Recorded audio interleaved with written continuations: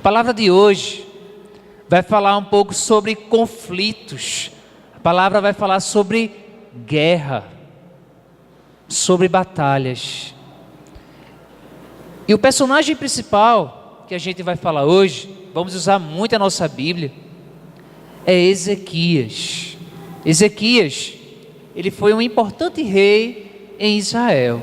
E é sobre ele que nós vamos estudar hoje, para a gente poder aprender nessa noite como Deus ele pode lutar por cada um de nós. Mas antes de falar de Ezequias, eu gostaria de falar um pouquinho do pai dele e também da sua mãe. E eu peço a quem estiver com Bíblia, que abra sua Bíblia no livro de 2 Crônicas, no capítulo 28, do verso do 1 ao 4. Versículo 1. Acais tinha 20 anos de idade quando começou a reinar, e reinou 16 anos em Jerusalém. Ao contrário de Davi, seu predecessor, não fez o que o Senhor aprova. Ele andou nos caminhos dos reis de Israel e fez ídolos de metal para adorar os Balaíns. Queimou sacrifícios no vale de Ben-Rinom e chegou até a queimar seus filhos em sacrifícios, imitando os costumes detestáveis das nações que o Senhor havia expulsado de diante dos israelitas. Também ofereceu sacrifícios e queimou incenso nos altares idólatras, no alto das colinas e debaixo de toda árvore frondosa. Irmãos, esse texto que a gente acabou de ler vai falar um pouquinho sobre o pai do nosso personagem principal, sobre Ezequias, tá certo? Esse pai de Ezequias, Acais, ele foi um rei de Israel que ele fez tudo o contrário do que realmente era para ser feito. O texto que a gente leu aqui vai dizer que ele, de vez de adorar o Deus de Israel, ele começou a adorar a ídolos, a outros deuses. E que também chegou a um certo ponto onde ele chegou a oferecer em sacrifício os seus próprios filhos. Ele oferecia seus filhos para morrer, oferecendo para os deuses pagãos daquela época. Então foi um rei detestável. Para você ter ideia, esse rei aqui, ele foi tão rejeitado em Israel, que quando ele morreu, ele não foi enterrado onde os reis da época eram enterrados. De tanto que o povo não gostava dele. Existia um túmulo onde os reis de Israel eram enterrados só naquele local. E ele, por ser rei, ele não foi enterrado ali. Esse era Acais. Então Acais, ele era um homem, era um pai e era um rei. Era um tipo de pessoa que não era um exemplo para ninguém. Ele não era um exemplo para qualquer pessoa. Então Ezequias, o seu filho, que vai reinar depois dele, ele não poderia ter seu pai como exemplo de jeito nenhum, porque o seu pai, ele era totalmente contrário do que a palavra de Deus falava. Mas o pai de Ezequias era Acais, e a mãe de Ezequias, por nome Abiá ou Abia, ela está registrada no livro de 2 Crônicas, capítulo 29, está bem pertinho aí. Capítulo 29, verso 1, que vai dizer assim: Ezequias tinha 25 anos de idade quando começou a reinar, e reinou 29 anos em Jerusalém. O nome de sua mãe era Abiá ou Abia, filha de Zacarias. Pronto. Essa era a mãe dele. Na Bíblia aqui você não vai encontrar muitos registros falando sobre a mãe de Ezequias. Mas o fato da Bíblia dizer que ela era filha de Zacarias já mostra muita coisa de quem ela era. Por quê? Porque esse profeta Zacarias, ele ajudou muito um antigo rei de Israel. E a palavra de Deus, ela fala no livro de 2 Crônicas 26:5, que enquanto Zacarias viveu, Uzias sempre se esforçou por buscar o Senhor. Zacarias foi um homem entendido nas coisas de Deus e, portanto, todo o tempo em que o rei procurou agradar a Deus, as coisas correram-lhe muito bem. Então entenda, A gente ainda vai chegar no nosso personagem, mas para chegar a ele, precisamos entender os seus pais. De um lado eu tinha o pai dele, Acais, que era um rei de Israel e que não seguia aquilo que Deus queria. Do outro lado eu tinha a mãe dele, que a sua mãe sim, ela, pelo fato de ter o pai, que era um profeta, ensinou tudo a ela, e ela passou a ensinar tudo ao seu filho. Então, quando Acais morreu, o pai de Ezequias morreu, ele se tornou rei, Ezequias. Então, ele tinha dois exemplos. Ele tinha um pai que era totalmente contrário, e tinha uma mãe que seguia o que Deus queria. E muitas vezes você também tem exemplos na sua casa, na sua família. Você é um exemplo. Você precisa ser um exemplo. E eu pergunto a você, em quem você tem se espelhado? Qual é o seu referencial? Em quem você observa assim, você se espelha? Às vezes você, quem é filho, às vezes seus pais podem não ser um exemplo para você, mesmo sendo seus pais. Mas uma pessoa de fora, uma pessoa que você não conhece, talvez você observe e aquela pessoa talvez seja uma pessoa onde você observe e diz, poxa, essa pessoa realmente, eu posso me espelhar nela. Então a primeira coisa que eu observo aqui, vendo a palavra do Senhor, é que Ezequias ele já poderia começar com o pé esquerdo, porque ele poderia ter se espelhado no seu pai, mas ele preferiu se espelhar em sua mãe, que ela sim passou a ensinar a palavra de Deus a ele. Então, irmãos, a primeira coisa que a gente precisa saber é que o ser humano ele é falho, mas nós precisamos ter um referencial. Precisamos ter aquela pessoa que a gente possa se espelhar, admirar. E essa pessoa que você pode ter certeza que você pode se espelhar, usar como referencial e que você não vai se decepcionar, essa pessoa é Jesus Cristo.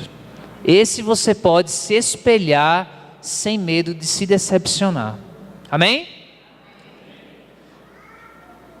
A palavra do Senhor, em 2 Crônicas 29, 1 e 2, ele vai dizer que Ezequias tinha 25 anos de idade quando começou a reinar. E reinou 29 anos em Jerusalém. O nome de sua mãe era Abia, filho de Zacarias. O versículo 2 diz, ele fez o que o Senhor aprova, tal como tinha feito Davi, seu predecessor. Pronto. Aí você veja o seguinte, Ezequias se tornou rei, certo? O pai dele morreu, ele se tornou rei. Mas a palavra de Deus diz aqui, que ele se espelhou em Davi. Em algumas versões aí vai dizer que ele se espelhou em Davi, seu pai. Tem aí algumas versões que fala sobre pai. Mas o que isso quer dizer é que Ezequias, ele se espelhou em Davi, que ele via como um referencial, e não se espelhou em seu pai, Acais. Então Ezequias ele já começou se espelhando em um referencial, alguém onde ele poderia realmente ver que daria certo. E Davi ele pode ter errado, mas quando ele errava, ele se humilhava aos pés do Senhor, ele pedia perdão realmente. Então o primeiro passo, para Deus lutar por você, para Jesus guerrear a sua guerra, combater o bom combate junto com você, é você o ter como referencial. É ter Jesus como um exemplo a ser seguido. Se você parar para pensar assim, ó, toda vez que você for fazer algo, você se perguntar assim, Jesus faria? Se você fizer essa pergunta, na maioria das coisas, em tudo que você fizer, você perguntar, Jesus faria isso? Eu tenho certeza que você deixaria de fazer cerca de 90% das coisas que vêm à sua mente.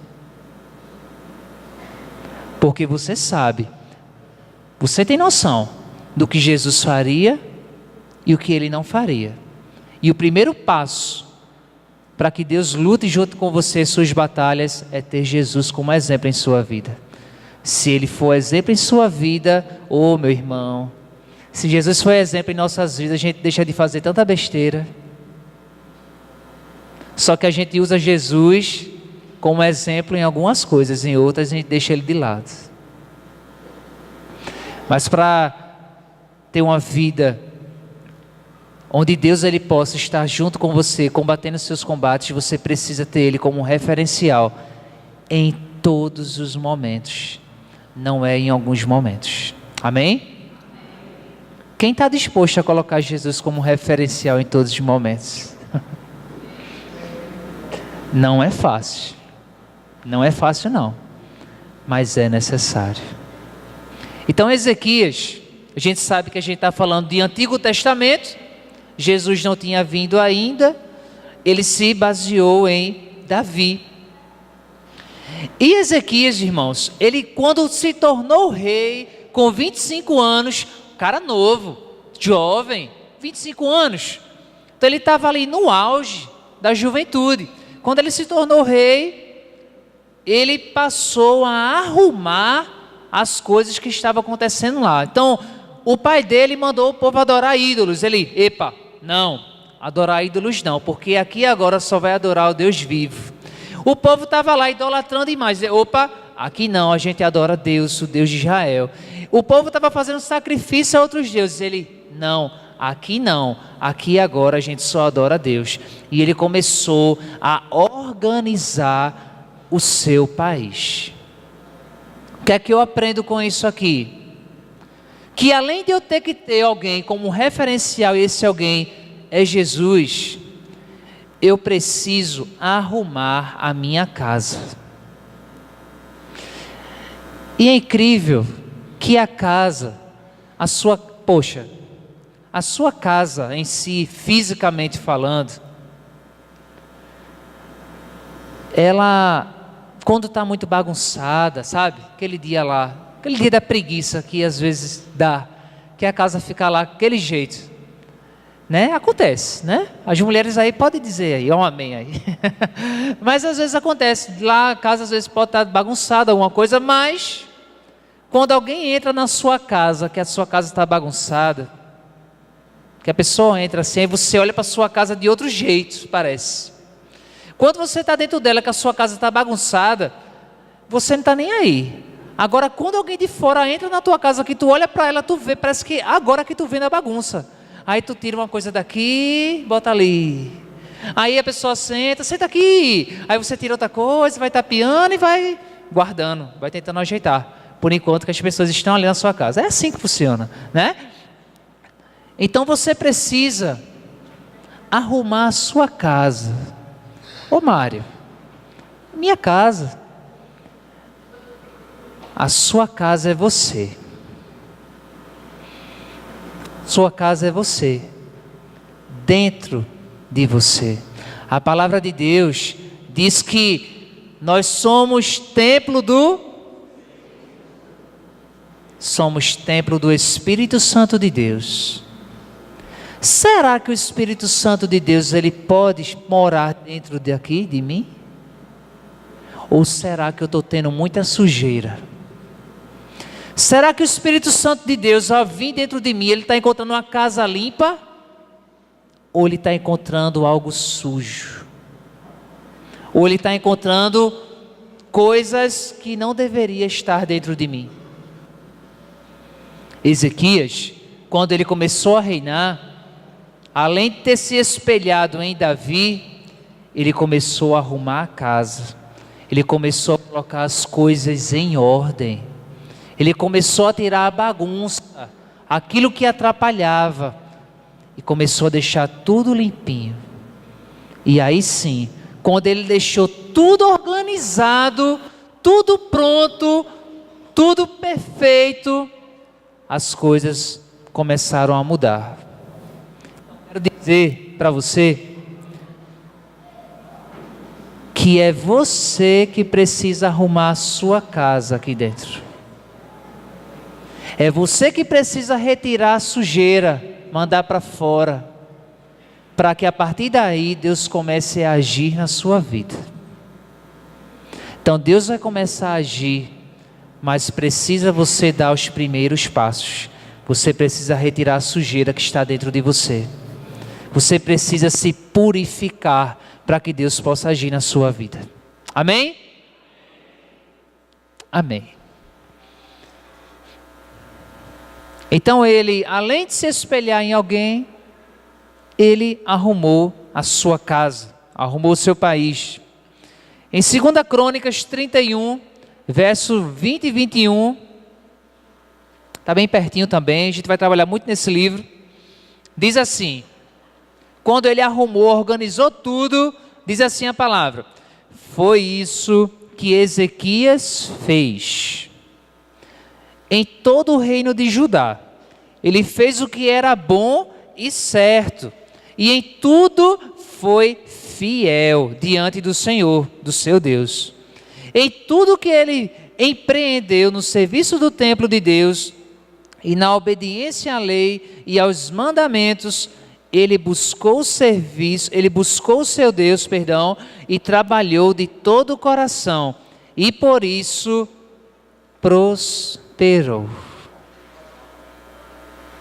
Vocês estão me acompanhando? Quem está me entendendo, diga amém. Então está tudo certo. A palavra de Deus diz que ele teve um referencial, diz que ele começou a organizar a sua vida, a sua casa, e agora vai dizer que ele começou assim a obedecer os mandamentos e ser fiel a eles. E a partir daí, a palavra de Deus diz que ele começou a prosperar.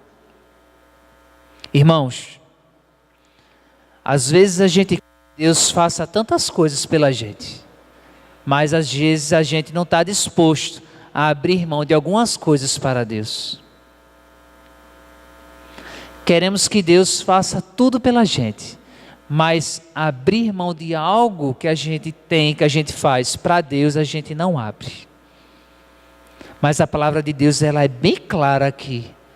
Ela diz que a obediência à lei que ele teve a Deus, ele procurou andar junto de Deus e ele começou a prosperar. Deus começou a abençoá-lo, Deus começou a levantá-lo. Mas isso é algo gradativo. Irmãos, você buscar ser fiel a Deus, Deus vai fazer muitas coisas na sua vida, sabe?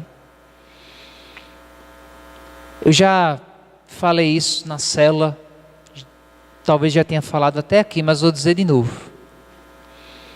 Quando eu e Daiane, minha esposa, a gente decidiu casar, a gente não tinha nada, sabe?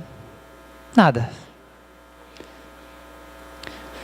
E o nosso plano, inicialmente, era fazer, ao lado da casa da minha mãe, tem um espaço, fazer um quarto com um banheiro. Era a nossa casa. Que para mim estava ótimo, sabe? Porque seria minha mansão.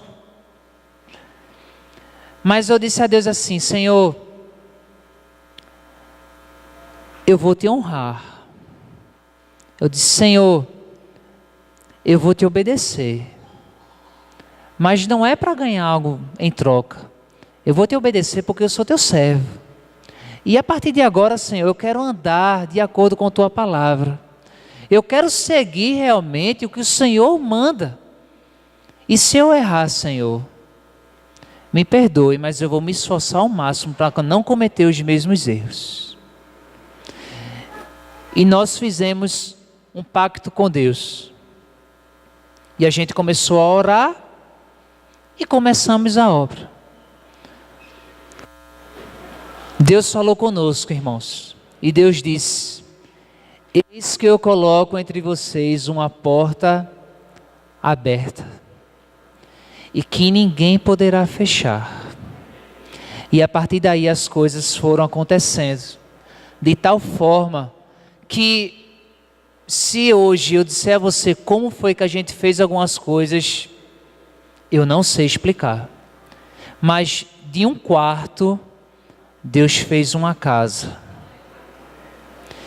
De uma casa que não seria lajeada, Deus uma vez disse assim: eu não esqueço, estou cuidando de ti, e a casa será embaixo e será em cima.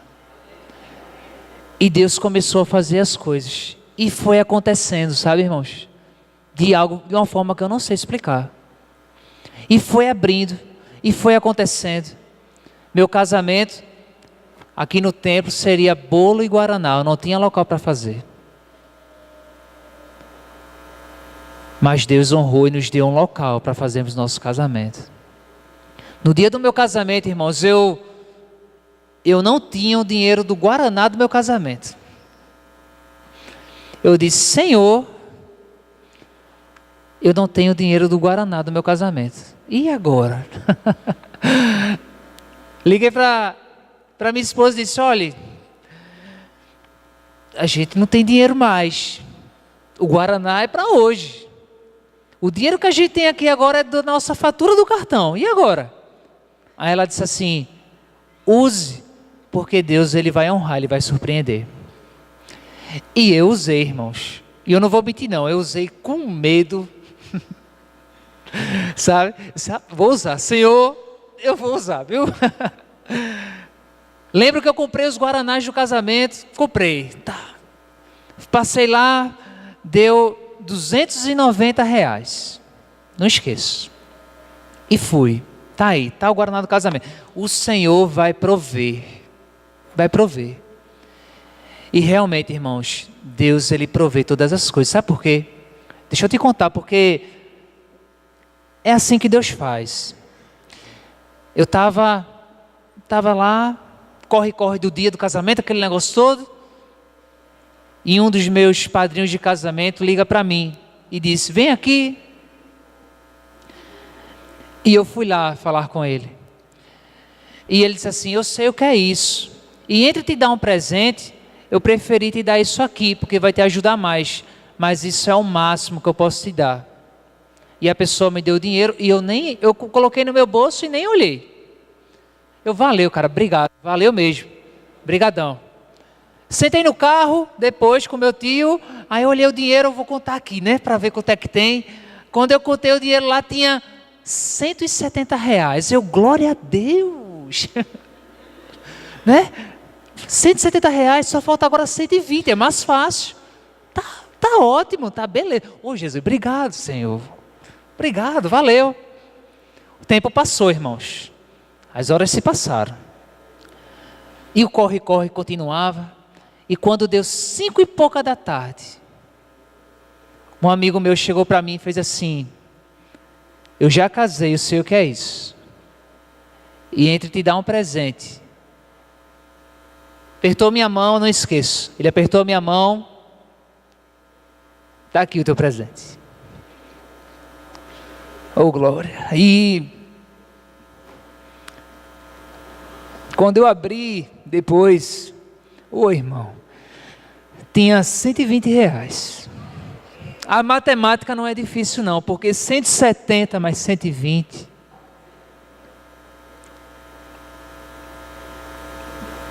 Irmãos,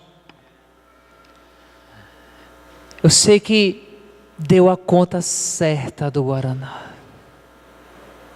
E eu poderia olhar para um lado, para o outro, eu disse: meu Deus, não tem outra explicação. Foi o Senhor. Foi o Senhor. As contas se chocaram, se bateram. E eu vi que realmente foi Deus que fez aquilo ali. Eu estou dizendo isso porque você vai ter oportunidades de depositar a sua confiança somente em Deus. Você vai ter oportunidade de depositar confiança em pessoas, mas na verdade você precisa depositar no Senhor, porque Ele vai mover os céus e as terras para te ajudar, irmãos, porque esse é Deus. Amém? Então aqui eu tenho Ezequias, que começou a se espelhar em alguém, a arrumar a sua casa, e começou a obedecer às leis de Deus. Quando ele fez isso, ele prosperou. Deus começou a honrar ele. Deus abriu as portas e começou a ter prosperidade na vida dele, porque ele honrou a Deus. Mas, parece que quando a gente está começando a ir no caminho certo, vem sempre algo querendo nos atrapalhar. Não é verdade?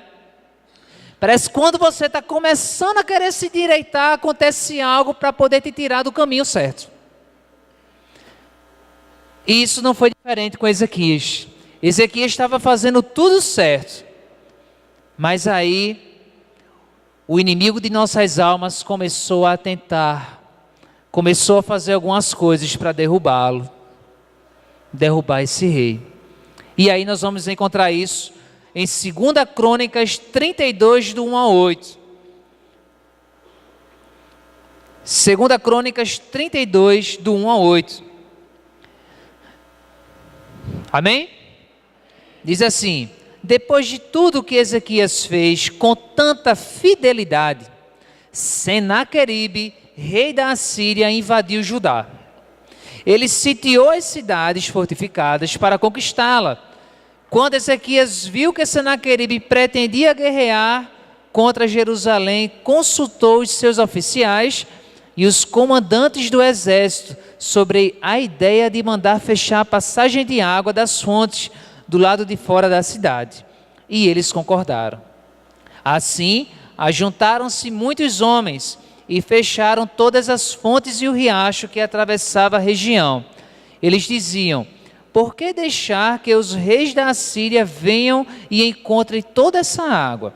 Depois, com grande empenho, consertou todos os trechos quebrados do muro e construiu torres sobre ele. Construiu outro muro de fora do primeiro e reforçou os muros de arrimo da cidade de Davi. E mandou fazer também muitas lanças e muitos escudos. Nomeou sobre o povo oficiais militares e os reuniu na praça, junto à porta da cidade, animando-os com estas palavras. Versículo 7 diz assim: e Neemias começou a dizer ao povo: sejam fortes e corajosos, não tenham medo nem se desanimem por causa do rei da Síria e do enorme exército que está com ele, pois conosco está um poder maior do que o que está com ele.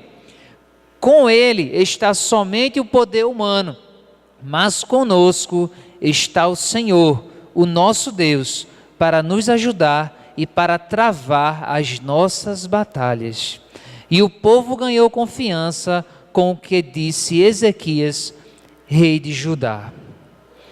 A palavra de Deus diz assim, irmãos, que quando tudo estava indo muito bem, chegou um rei inimigo, Senaqueribe, e ele quis invadir o seu país.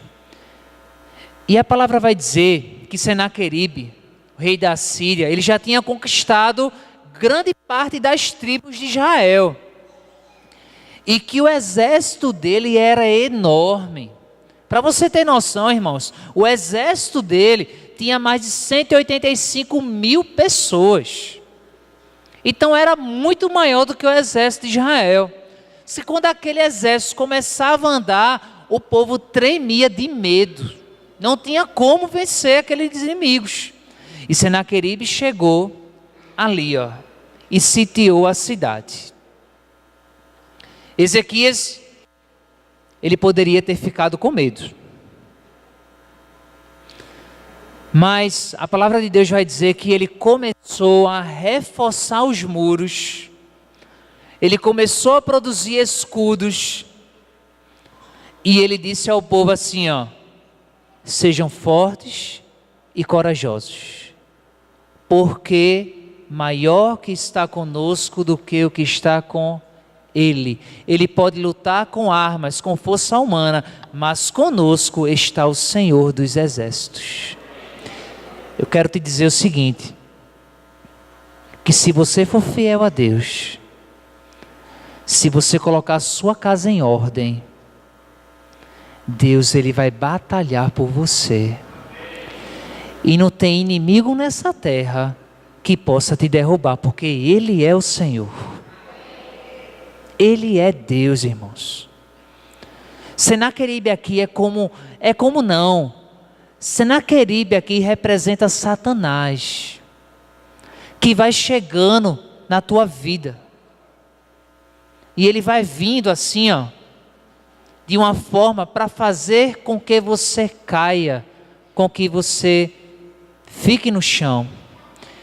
Ele quer destruir os teus sonhos, sabe? Mas tudo há um propósito de Deus. Deixa eu dizer uma coisa para você. É uma fábula que diz assim. A fábula conta que tinha 3 árvores. No topo de uma montanha tinha 3 árvores. Essas árvores, elas estavam crescendo ainda, eram pequenas. Eram pequenininhas, estavam crescendo. E essas árvores, elas estavam falando entre si o que elas queriam ser quando tivesse muito alta. Uma das árvores disse assim,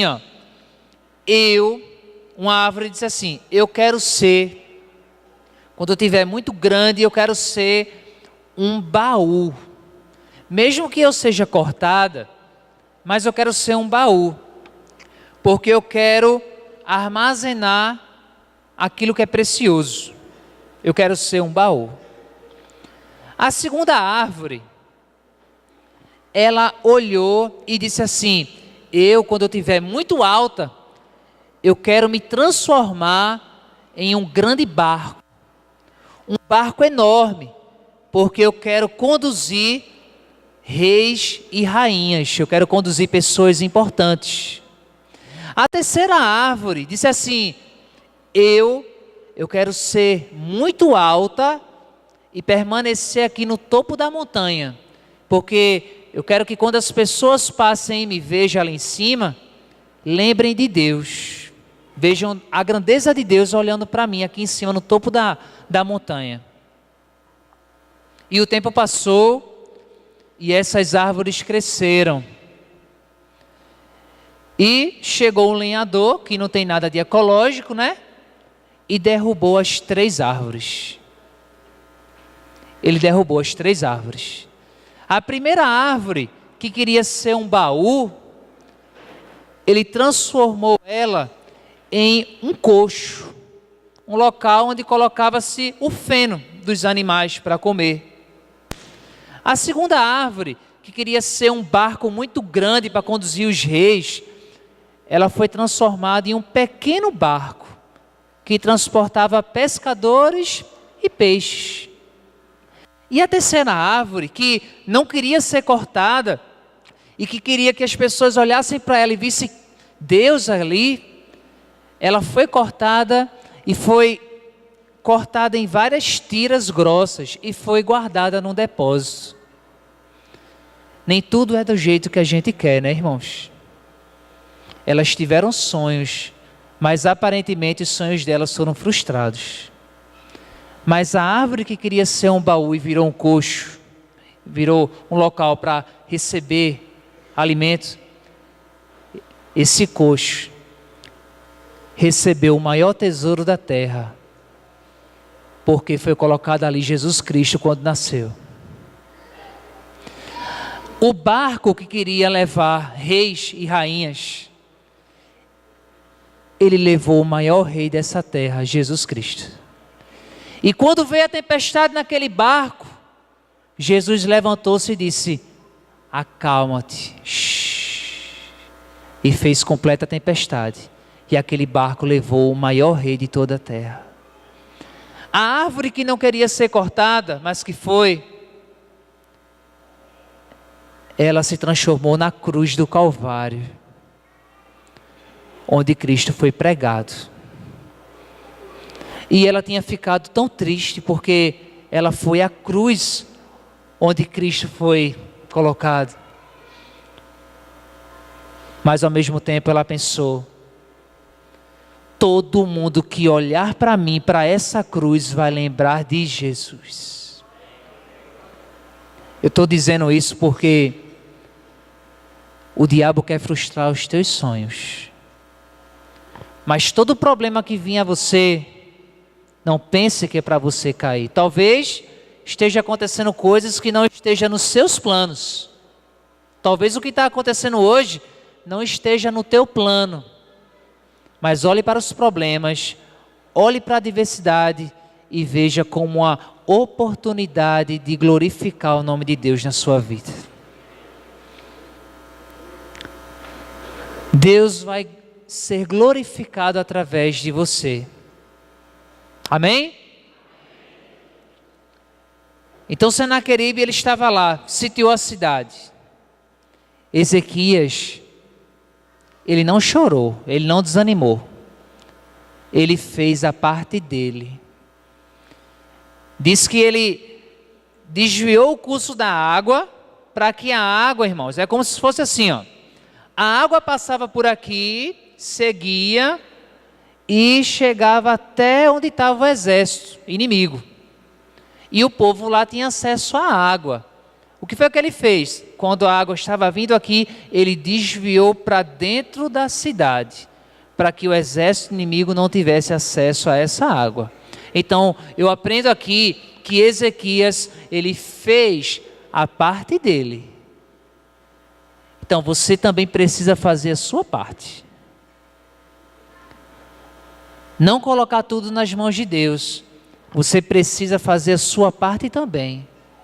Às vezes a gente joga tudo nas mãos de Deus e pronto, e não faz nada, nada vai acontecer. Mas se você fizer a sua parte, eu te garanto que Deus também vai fazer a dele. Você pode ter certeza disso. Faça a sua parte que Deus fará a dele também. Amém? 2 Crônicas 32, verso 9, diz assim: mais tarde, quando Senaqueribe, rei da Síria, e todas as suas forças estavam sitiando Laquis, mandou oficiais a Jerusalém com a seguinte mensagem a Ezequias e a todo o povo de Judá que morava lá. Versículo 10. Assim disse Senaqueribe, rei da Síria: em que vocês baseiam a sua confiança para permanecerem cercados em Jerusalém? Quando Ezequias diz: o Senhor nosso Deus nos salvará das mãos do rei da Síria, eles o está enganando, para deixá-los morrer de fome e de sede. Mas não foi o próprio Ezequias que retirou os altares desse Deus, dizendo a Judá e a Jerusalém: vocês devem adorar diante de um só altar, e sobre ele queimar incenso? 13. Vocês não sabem o que eu e os meus antepassados fizemos a todos os povos dessas terras? Acaso alguma vez os deuses daquelas nações conseguiram livrar das minhas mãos a terra deles? De todos os deuses das nações que os meus antepassados destruíram, qual deles conseguiu salvar o seu povo de mim? Como então o Deus de vocês poderá livrá-los da minha mão? Perguntou ele. Portanto, não deixem Ezequias enganá-los ou iludi-los dessa maneira. Não acreditem nele, pois nenhum Deus de qualquer nação ou reino jamais conseguiu livrar o seu povo das minhas mãos ou das mãos dos meus antepassados. Muito menos o Deus de vocês conseguirá livrá-los das minhas mãos. Essa foi a mensagem que o rei assírio mandou para Ezequias. Uma mensagem de intimidação.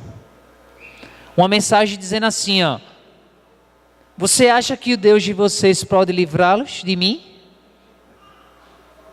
Você acha que esse Deus aí pode livrar vocês das minhas mãos?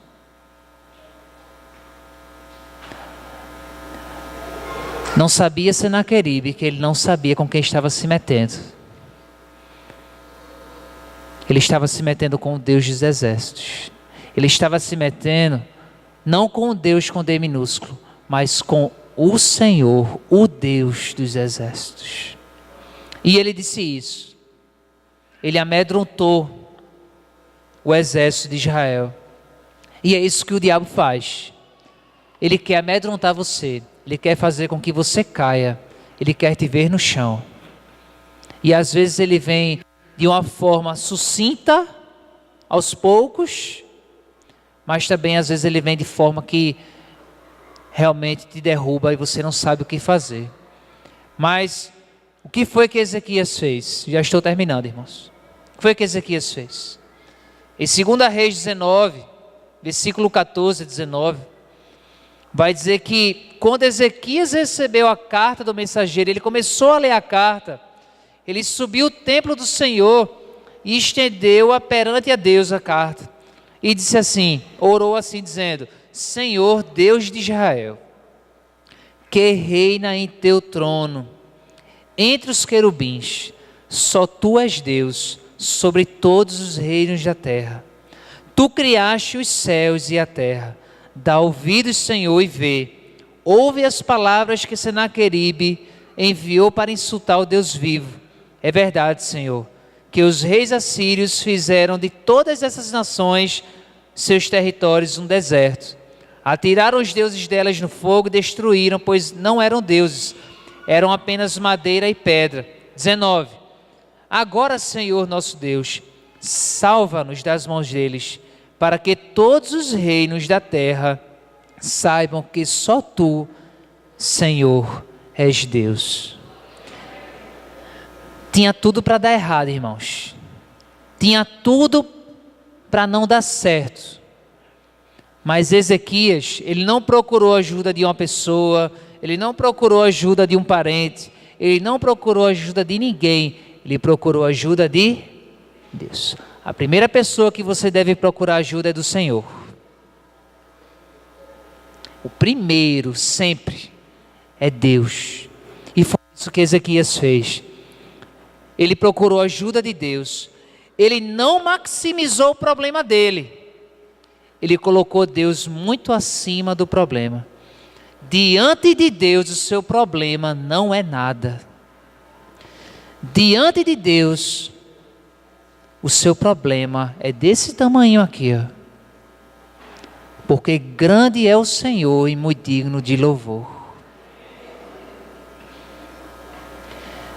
O tamanho de Deus na sua vida, olha o que eu vou dizer para você, olha. O tamanho de Deus na sua vida vai depender de você. Deus, ele pode ser desse tamanho na sua vida, mas ele também pode ser desse tamanho. Sabe por quê? Porque quem dá acesso a Deus é você. Quem dá acesso a Deus na sua vida é você. É você que abre o espaço para Deus agir na sua vida. Então, se Deus não está agindo, às vezes a culpa é sua e não de Deus, porque você não dá espaço a Ele. Ezequias deu espaço ao Senhor. Ele ficou firme. Ele disse: Senhor, olha aqui o problema aqui, ó. Ele botou assim, ó, a carta. O problema é esse, viu? Esse é o problema. Eu tenho sido fiel, eu tenho organizado minha casa, eu estou obedecendo tuas leis. Essa é a carta dele, ó Senhor. Esse é o problema. Está nas tuas mãos. Aí agora você vai ver o que Deus vai fazer. Amém? Você vai ver o que Deus vai fazer agora, viu? 2 Reis 19 diz assim, versículo 22. Agora Deus está falando, viu? Deus diz assim, ó. De quem você zombou e contra quem blasfemou? Contra quem você levantou a voz e contra quem ergueu o seu olhar arrogante? Contra o Santo de Israel. Versículo 27 diz assim: eu, porém, sei onde você está. Isso é Deus dizendo ao rei Senaqueribe, viu? Eu sei onde você está, Senaqueribe. Sei quando sai e quando retorna. E como você se enfurece contra mim. Sim, contra mim. Você se enfureceu e o seu atrevimento chegou aos meus ouvidos.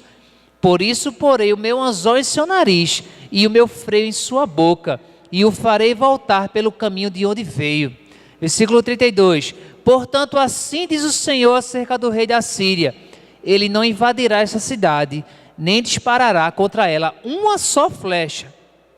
Não a enfrentará com escudo, nem construirá rampas de cerco contra ela. Pelo caminho de onde ele veio, voltará. Não invadirá essa cidade, declara o Senhor. Deus vai comprar a sua briga. Entendeu? Deus, ele vai lutar por você. A partir do momento que você for fiel, a partir do momento que você obedecer a Deus, a partir do momento que você começar a arrumar a sua vida, você vai chegar para um negócio com um problema e vai dizer que, Senhor, o problema é esse. Aí Deus vai olhar para tu e vai dizer assim, ó, deixa comigo. Eu resolvo.